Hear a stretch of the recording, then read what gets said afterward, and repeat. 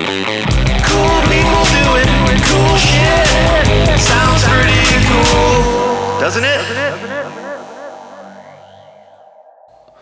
What were some of those dark times in that in-between period? Yeah, it was crazy. So I moved to Chicago for a few months with a friend, like my best friend, who was starting this new business, this title insurance company, and he's like, you got some money saved up, I'm starting this thing, you can stay with me for free while we're launching this and whatnot. And I was just worthless. I mean, I'd give a couple hours effort each day just to get them, so I didn't feel guilty, but it just kept eating at me and eating at me and eating at me. And then he was on vacation, so I was alone at the house, and it got to the point where I just suicidal ideation, had like a noose tied and everything, and just sat there and stared at it the whole night. That next morning is when I called my parents and my brother and sister and told them, I blew through all my money. This is where I'm at. I haven't slept for 2 days because I've been just fixated on this.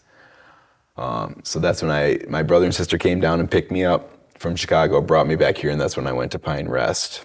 There was a lot of depression in there and hopelessness. And that was what's cool in the beginning of Guiding Light is, so like a month in, my parents came to visit. They physically looked better. It made me realize the drain that I had been putting on them for who knows how long, but especially the few months before that. Your story is like it's got an annoying number of parallels to my own. It's really frustrating. But I quit drinking about 2.5 months ago, and I was a daily drinker too. And I wouldn't say, I mean, I could be wrong, but my impression is you would never describe me as out of control or anything like that, but I drank every day. Yeah.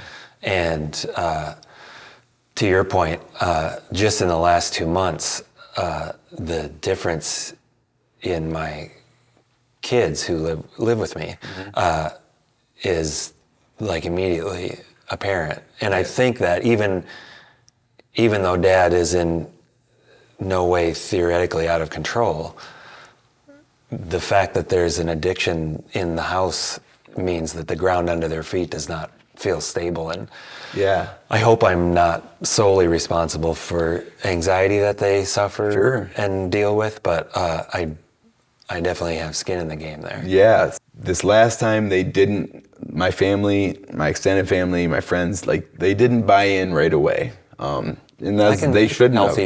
Yeah. No, that was perfect for them. It was guarded, and then I've earned it back.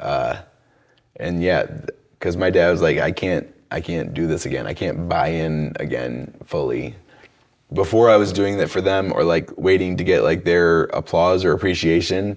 And this time, even my dad saying that, old Andy would have been like pissed, like, oh, fuck you. You should believe me. But this time I was like, okay, whatever you want. Like, I'm gonna keep doing this. It'll speak for itself. Now it's just who I am. This is what I'm doing. This is what I'm going to do. I'm gonna follow through. Whether somebody agrees with it or not, we can go down that road later. But like, I'm not doing it for some weird like get back. Right. Like I always was before. Self-awareness, I never really had before, or I never really explored before, I should say. I try not to overanalyze everything, but there is actually some analyzation going on now, whereas before it was, I'm gonna do this. Mm-hmm. If you don't like it, too bad. My history with alcohol for most of my life is like pretty normal use. I definitely like to have fun, but it also was no big deal to go without it. I didn't think about it when I wasn't doing it. But 9 years ago, I was suicidally depressed. And quite literally, my kids saved my life, because when I knew that tonight's the night, I hugged them goodnight, and I hugged them a little extra long because I knew it was the last one. The note was already written, and it was downstairs in an envelope that I was going to put in the kitchen. And when I was hugging them, I was like, I'm going to need one more day. I'll do this tomorrow. I need one more day. So yeah, they literally saved my life. But in that time, I was suicidal. I didn't want to be suicidal. Yeah.